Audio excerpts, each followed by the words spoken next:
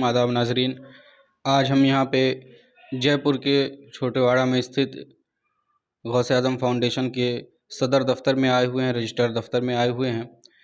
और आपको बताने की ज़रूरत नहीं है कि गौसे आज़म फाउंडेशन जिसने पिछले साल भर के अंदर तकरीबन वो अज़ीम कारनामे अंजाम दिए हैं, जो बहुत सारी तंजीमें एक दशक से 2 दशक से वो तंजीमें काम कर रही हैं, लेकिन वो कारनामे नहीं अंजाम दे पाई हैं जो गौसे आज़म फाउंडेशन ने पिछले 1 सालों में अंजाम दिया है।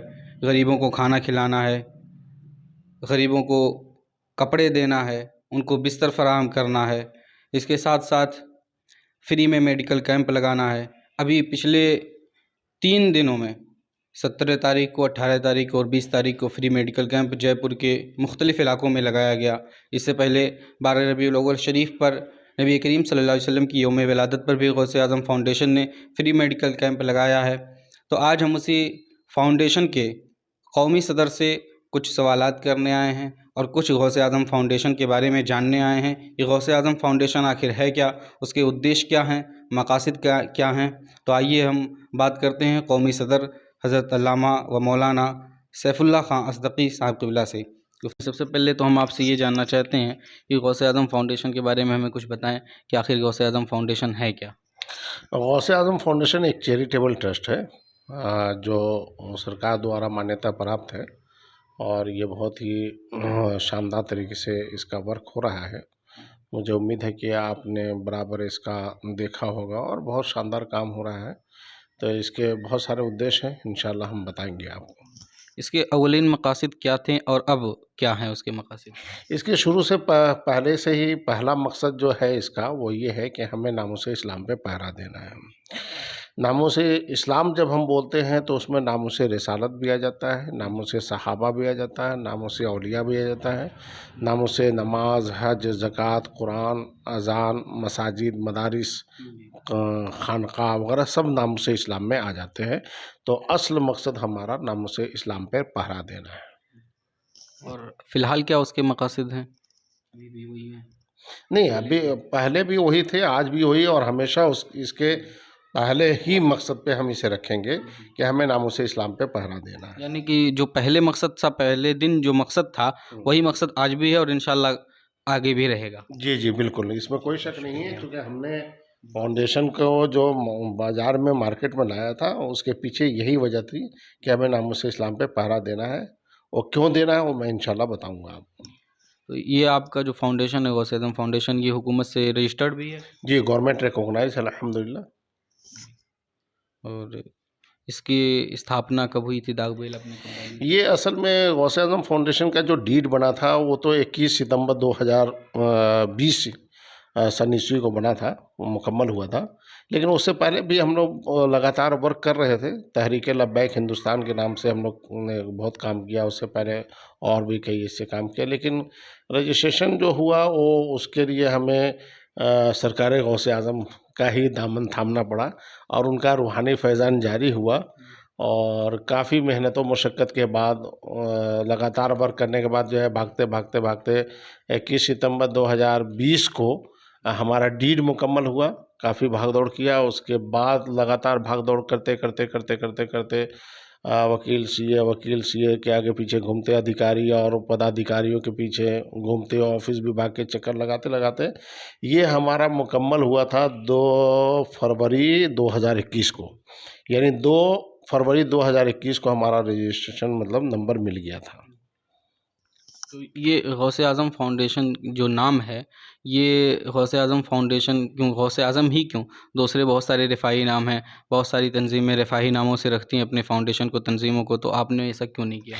असल में मेरा मानना ये है कि सलासिल में 4 समंदर है। एक सिलसिले कादरिया, एक चिश्तिया, एक नक्शबंदिया, एक सोहरवर्दिया। बाकी जितनी भी सलासिल वो सब नदी हैं, नांदे हैं, ठीक है। वो एक शाख जिसको अपन कह सकते हैं, वो समंदरों में से निकली हुई नदियां हैं ये सब। जैसे मान लो अशरफी है, रज़वी है, अज़दक़ी है, हबीबी है, निज़ामी है, समझे, हबीबिया है, जमालिया है, वारसिया वगैरह वगैरह, ये सब क्या है, नदियां हैं।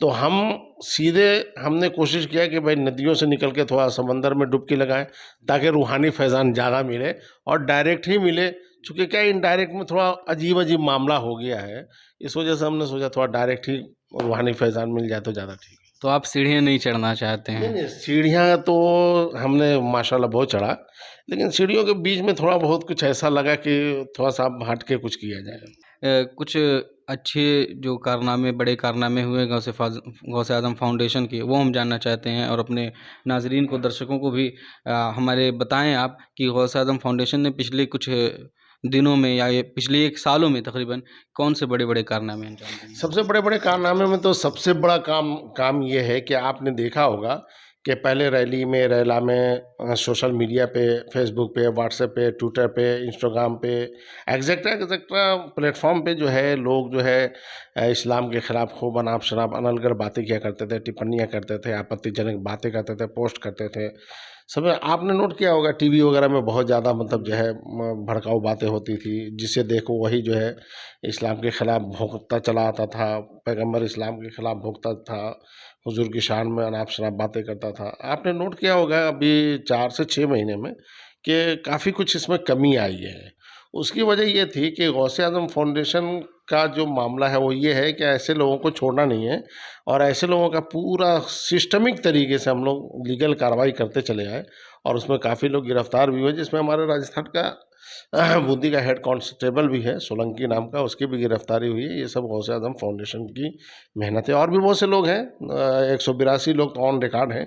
अगर आप मेरी फेसबुक आईडी वगैरह को देखेंगे मोहम्मद सैफुल्लाह के नाम से, तो उसमें बहुत सारे मिले पड़ेंगे। ऐसे-ऐसे मिलेंगे कि आप भी मतलब जो है सोच में बैठ जाएँगे कि ये बंदा इतना काम कैसे कर लेता है। तो ये सब मेरे सरकार गौसे आज़म का करम है।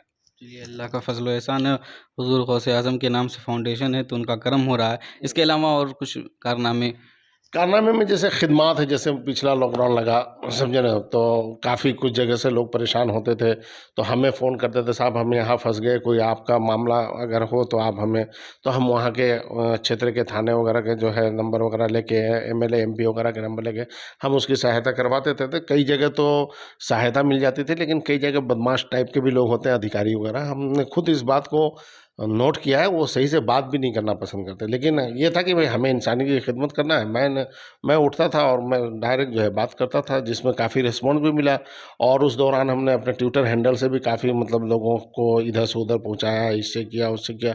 कई अधिकारियों को मैं टैग करता था, पीएमओ को, एचएमओ को, समझे, राष्ट्रपति वगैरह को, प्रधानमंत्री को, उस जो शहर के जो भी मतलब जो है ज़िला कलेक्टर या मजिस्ट्रेट वगैरह होते थे, सबको टैग करके उनको अवगत कराता था। वो समस्या का समाधान बहुतों का होता था, लेकिन वो एक माहौल ही ऐसा क्रिएट कर दिया गया था कि मरता है भारत का बंदा, तो भारत का इंसान तो मरे, हमें कोई परवाह नहीं है। हम तो आराम से जो है लाखों रुपए का सूट पहनेंगे, विदेशों में घूमेंगे, लेकिन कोरोना ने उनको भी विदेशी जाने से रोक दिया। चलिए, अभी आपने बताया कि जो पैगंबर इस्लाम के शान में गुस्ताखियाँ करते थे, मज़हब इस्लाम के शान में गुस्ताखियाँ करते थे, किताबों की गुस्ताखियाँ करते थे, तो ये बात अच्छी बात है कि आप उनके खिलाफ़ एक्शन लेते थे। तो क्या सिर्फ़ ये मज़हब इस्लाम के हवाले से आपके ये काम है, या फिर दूसरे धर्म के, उनके धर्मगुरुओं के या उनके मज़हबी रहनुमाओं के और इसके साथ-साथ उनके धार्मिक ग्रंथों की अगर तौहीन की जाती है, गुस्ताखियाँ की जाती हैं, तो क्या आप उस पे भी एक्शन लेते हैं और लेंगे? सबसे पहली बात तो ये कि हम प्रेम, मोहब्बत, अमन व वफ़ा का हर एक से रिश्ता जोड़ो, ये हमारा मानना है। और पहले किसी को मत छेड़ो, जब छेड़े कोई तो मत छोड़ो। तो दौर गुज़र रहा है, हमारा ये मानना है कि इस्लाम एक ऐसा मज़हब है पूरी दुनिया में जो सबको साथ लेकर चलता है। अगर कोई करीब से कितना बड़ा इस्लाम का दुश्मन, अगर वो एक बार करीब से, 2 बार, 3 बार करीब से इस्लाम को पढ़ लेगा, देख लेगा, समझ लेगा, तो आधे से 1 मिनट के अंदर अंदर वो इस्लाम कबूल कर लेगा। इट्स माई चैलेंज, ये मेरा चैलेंज है। अगर किसी को मेरा चैलेंज एक्सेप्ट करना है तो आए, मेरे से बात करें, मैं बताता हूँ what is the Islam, what is the definition of Islam and what is the mission of Islam. वो फ़ौरन इस बात को समझ जाएगा और उसको इस्लाम को कबूल करेगा। मैं कुछ राज की बात है जो माइक पे नहीं बताऊँगा आपको, लेकिन माशाल्लाह बहुत से लोग इस्लाम कबूल करते हैं। क्यों? क्योंकि इस्लाम में खूबियाँ हैं, समझे, बहुत सारी खूबियाँ हैं। अब ये है कि जो दूसरे लोग हैं, समझे। जो दूसरे मज़हब की किताबें हैं, उनकी जो होली बुक है उनकी नज़र में, पवित्र पुस्तक है उनकी नज़र में, अगर उनका कोई अपमान करता है तो हमने इस पर भी एक्शन लिया है। और हमने बाकायदा जो है ट्विटर हैंडल के ज़रिए और बाकायदा हमने लिखित रूप के जो है सरकार और पुलिस को जो है अवगत कराया है, उस पर कानूनी कार्रवाई भी हुई है। चलिए, अच्छी बात है कि सभी धर्मों को आप साथ में लेकर के चल रहे हैं, सभी मज़हब को साथ में लेकर चल रहे हैं। किसी की भी शान में गुस्ताखियाँ होगी तो बर्दाश्त नहीं की जाएगी। गौसे आज़म फाउंडेशन का ये उद्देश्य है। तो अब मेरा ये सवाल है कि गौसे आज़म फाउंडेशन की फंडिंग का तरीक़ाकार क्या है? देखिए, इसका ये है कि हमने शुरू से जो एक पुरातन संस्कृति है कि भाई कोई भी कमेटी बने, संस्था बने, समझे कि नहीं, तंजीम बने, तहरीक बने, तो उनका दूसरे तीसरे दिन चौथे दिन उनकी रसीदें मार्केट में आ जाती हैं। अल्लाह का शुक्र है, हमारी रसीदें कल भी मार्केट में नहीं थी, आज भी नहीं है और इंशाल्लाह भविष्य में भी नहीं रहेंगी। तो क्या हुकूमत कुछ ताउन करती है, माली ताउन करती है? नहीं, हुकूमत अभी कोई ताउन नहीं कर रही है। असल में जो हमारा जो मामला है वो ये है कि हमें हर चंदा, घर घर चंदा किसी भी सूरत में नहीं करना है। हमारे पास 10 रुपया है, 8 रुपया हम अपने परिवार के लिए रखें, 2 रुपया हम जो है अल्लाह की मखलूक के लिए रखें। तो इसके लिए हम अपने जो सदस्य हैं, जो हमारी टीम के जो लोग हैं, हम उनको ये मिजाज दे रहे हैं कि भाई हमने अगर कोई आशिक रसूल अगर हमने दावा किया है कि भाई हम आशिक रसूल हैं, तो चंदा करके हम आशिक रसूल होने का दावा फ़र्ज़ कैसे अदा करें। बल्कि हम आशिक रसूल हैं तो ज़रा सा दिखाओ, अपनी जेब से थोड़ा सा माल निकालो यार, कब तक आते रहो, कुछ जाना। अपनी जेब भी ढीली करनी अब ज़रूरी है। जी, कौम का खाते रहे, अब कौम को खिलाइए। समझे, बहुत कौम का खाया, अब कौम को खिलाइए। कौम आपको खिलाती है, ठीक है, अब कौम को आप भी खिलाइए, ठीक है। चूँकि वक्त का तकाजा है कि कौम आपका साथ दे ना दे, उससे कोई बहस ना कीजिए आप। समझ रहे हैं? बहुत से लोग यार कौम साथ नहीं देती, कौम साथ नहीं देती। अरे कौम क्या साथ देगी?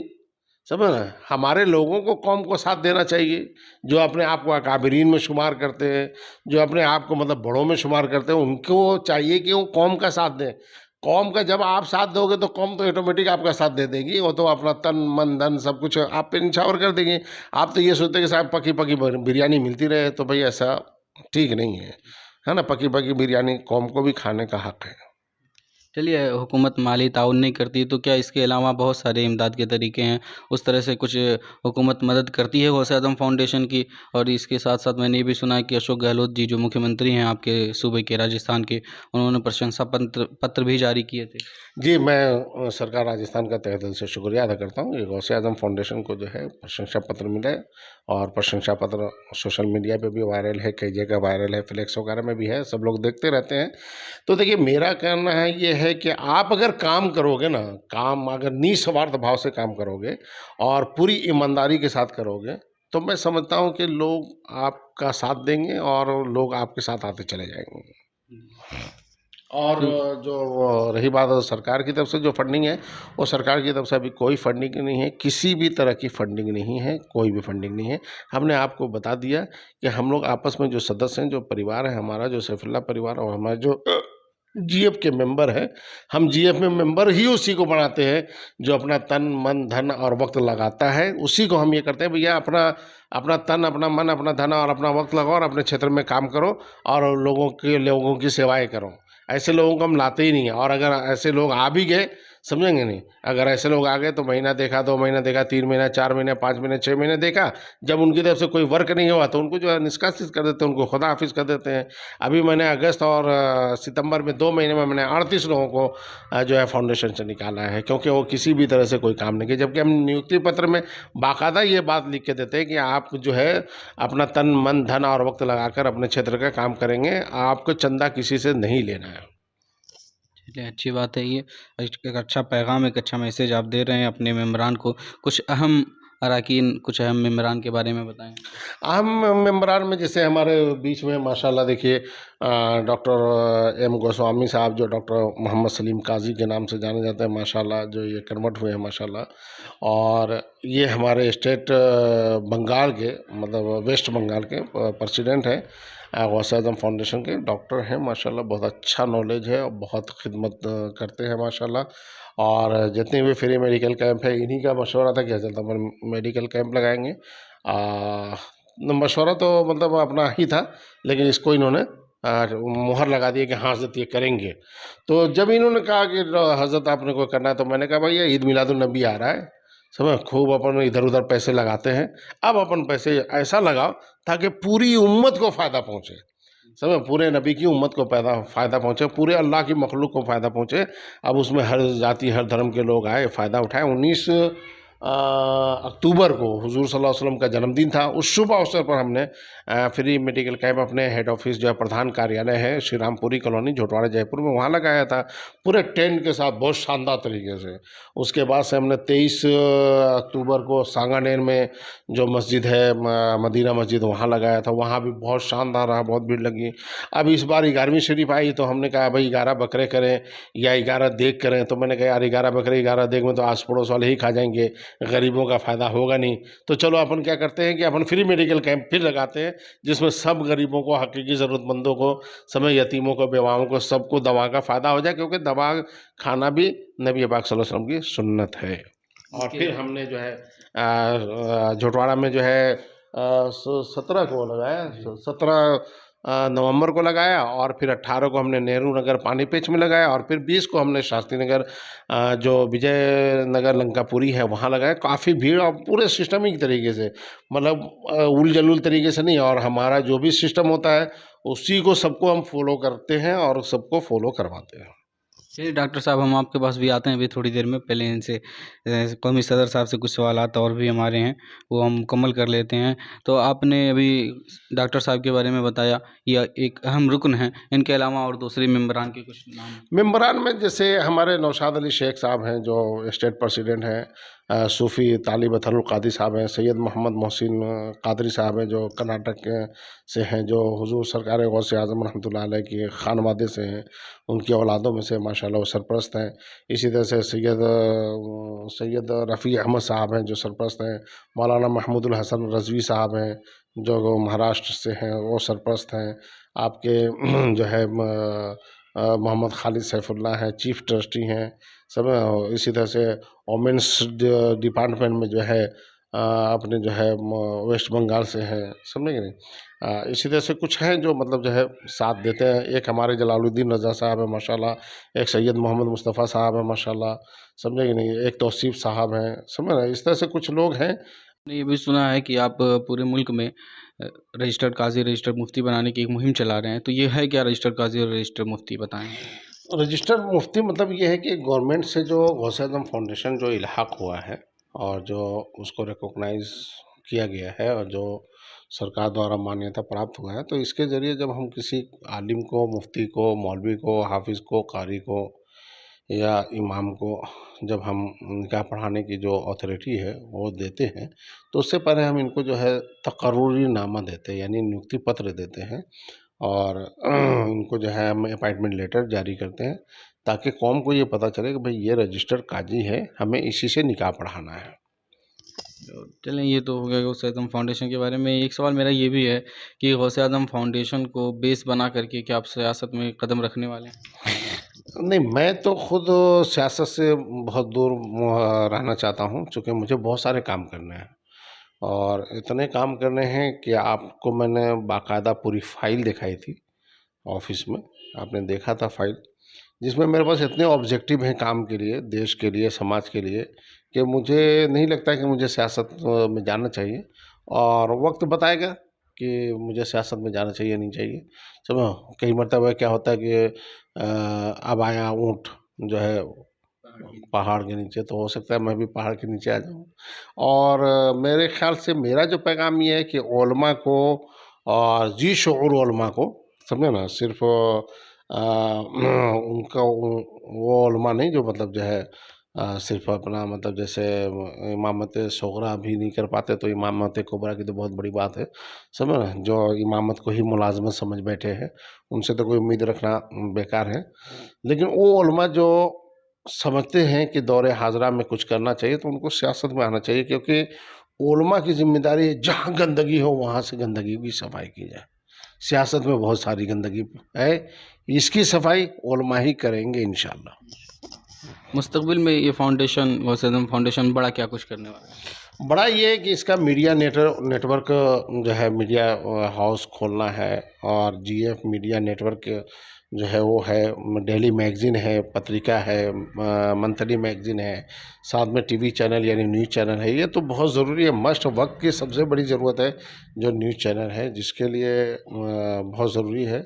उसके लिए ज़मीन का भी इंतज़ाम करना पड़ेगा, उसके लिए पूरा स्टूडियो का इंतज़ाम करना पड़ेगा, उसके लिए बहुत सारी तैयारियां हैं। इंशाल्लाह अल्लाह ने चाहा, समझे, कोई अल्लाह का बंदा अगर XYZ मिल गया तो इंशाल्लाह काम हो जाएगा। चलिए, बहुत शुक्रिया आपका, आपने हमारे सवालों का जवाब दिया। ये गौसे आज़म फाउंडेशन के कौमी सदर हज़रत मौलाना सैफुल्लाह ख़ान अज़दक़ी साहिब क़िबला थे, जो हमारे सवालों के जवाब दे रहे थे अपने गौसे आज़म फाउंडेशन के बारे में, हमको, हमारे नाज़रीन को, दर्शकों को बता रहे थे। बगल में तशरीफ़ रखते हैं डॉक्टर साहब, हमारे डॉक्टर एम गोस्वामी। इनको अभी हाल ही में शेर बंगाल की उपाधि भी मिली है। आइए इनसे हम जानते हैं गौसे आज़म फाउंडेशन के बारे में इनके क्या ख़यालात हैं। डॉक्टर साहब, सबसे पहले हम आपका तहे दिल से इस्तकबाल करते हैं, स्वागत करते हैं हमारी आवाज़ में। आपसे हम ये जानना चाहते हैं कि गौसे आज़म फाउंडेशन की कौमी सदर दफ्तर है, यहाँ पे आप तशरीफ़ रखते हैं। गौसे आज़म फाउंडेशन के बारे में आप काफ़ी दिनों से देख रहे हैं इसके बारे में आपके क्या ख्याल?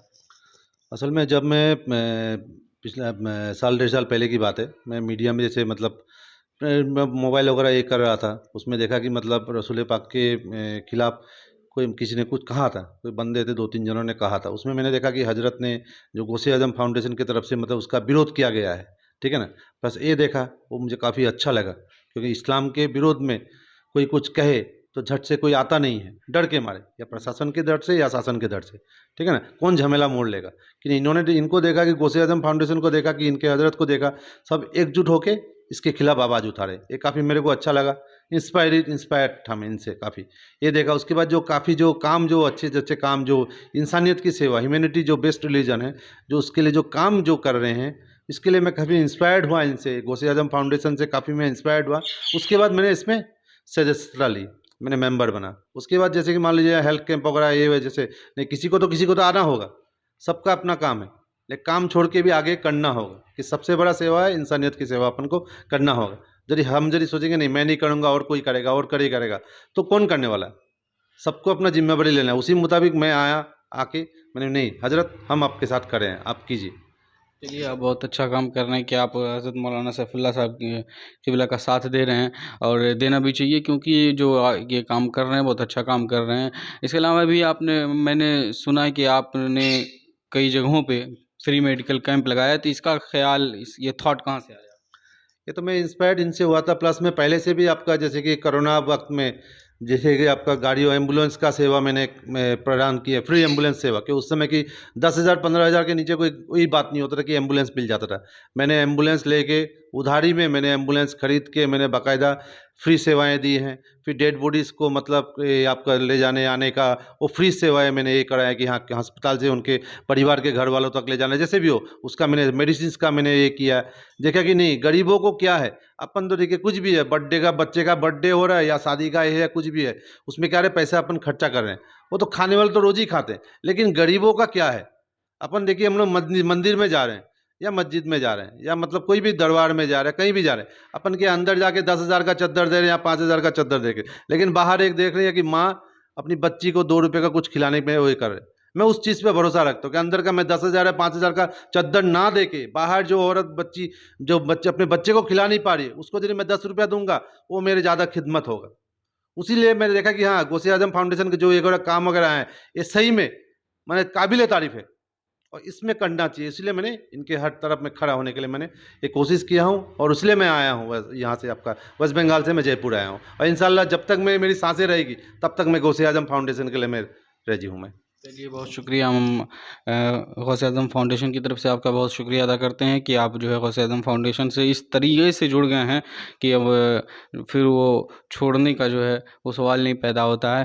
अब डॉक्टर साहब, हम आपसे ये भी जानना चाहते हैं कि आप नौजवानों को, बिलखुसूस नौजवानों को क्या पैगाम देना चाहते हैं कि किस तरह से वो मदद कर सकते हैं दूसरों को? बहुत सारे गरीब हैं हमारे भारत में, अभी भी ये दुर्दशा है कि बहुत सारी गरीबी है, तो क्या वो नौजवान किस तरह से गरीबों की मदद कर सकते हैं? वो काफ़ी कुछ देखिए, बहुत सारे आप जैसे कंप्यूटर्स के कोर्स हो रहे हैं, कंप्यूटर्स के कोर्स वगैरह हैं, डॉक्टरी में फिजियोथेरेपी का कोर्स है। बहुत लोग हैं जो मतलब ऐसे हैं बैठे हुए हैं, उनके बाद हमारे कोई आपका मान लीजिए रोज़गार नहीं है, वो खुद सीखे, ट्रेनिंग ले। ऑनलाइन ट्रेनिंग मैं देता हूँ, ऑनलाइन ट्रेनिंग का फिजियोथेरेपी का है, फिजियोथेरेपी का इंशाल्लाह मैं ट्रेनिंग दे दूंगा, ठीक है ना। वो करे, सीखे, बाकी वहाँ अपने एरिया में ये करे, अरेंज करे, वो अपना कैंप्स वगैरह अरेंज करे। इंशाल्लाह जब भी बुलाएंगे, रात को 12 भी बजेगा, 24/7। मेरा पहला, सब लोग बोलते हैं कि 24/7 डॉक्टर, मतलब 24 घंटा और 7 दिन मैं रेडी रहता हूँ काम पे। वो बंदे कभी भी कोई भी कैंप अरेंज करे, मुझे बुलाए, इंशाल्लाह मैं आऊँगा।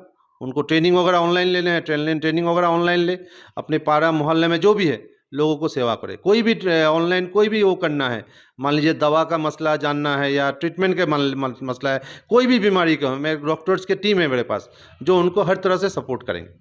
चलिए, बहुत बहुत शुक्रिया आपका, आप हमसे भी जुड़े हैं और गौसे आज़म फाउंडेशन से खूब अच्छे तरीके से जुड़े हुए हैं। तो ये डॉक्टर एम गोस्वामी साहब थे, शेर बंगाल की उपाधि इनको मिली अभी जल्दी ही। ये हमारे साथ अपने अनुभव को साझा कर रहे थे, गौसे आज़म फाउंडेशन से ये किस तरह से इंस्पायर हुए ये और किस तरह से जुड़े हैं। और साथ ही उन्होंने ये भी नौजवानों को बताया कि अगर कोई इनसे फिजियोथेरेपी वगैरह या कोई और दूसरी चीज़ें सीखना चाहता है तो इनसे ऑनलाइन सीख सकता है। और इसके अलावा अगर कोई ये चाहता है कि अपने मोहल्ले में, अपने यहाँ, अपने कस्बे में वो कैंप लगाए, ट्रेनिंग कैंप लगाए, या दूसरी तरीके से किसी को कोई इशू हो उसको सॉल्व करने के लिए कोई कैंप वगैरह लगाए, तो ये ज़रूर तशरीफ़ लाएंगे वहाँ पे और वहाँ पे जाकर के ये ट्रेनिंग भी देंगे। कोई इशू है तो उसको हल भी करेंगे। तो हमारी आवाज़ इनका बहुत बहुत शुक्रिया अदा करती है।